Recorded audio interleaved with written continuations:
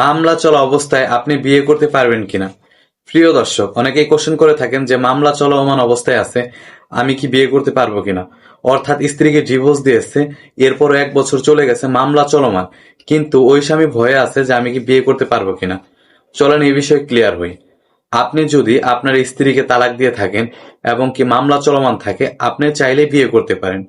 অর্থাৎ মামলার সাথে বিয়ের কোনো সম্পর্ক নেই। আপনার স্ত্রী যদি আপনাকে ডিভোর্স না দিত, সেই ক্ষেত্রে কিছু আইনীয় জটিলতা রয়েছে।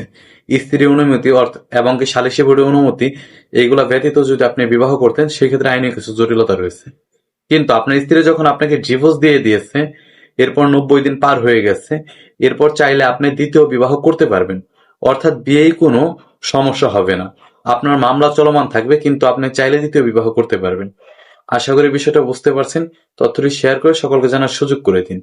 ধন্যবাদ সকলকে। দেখা হবে পরবর্তী অন্য কোনো আইনের ভিডিও নিয়ে। আসসালামু আলাইকুম।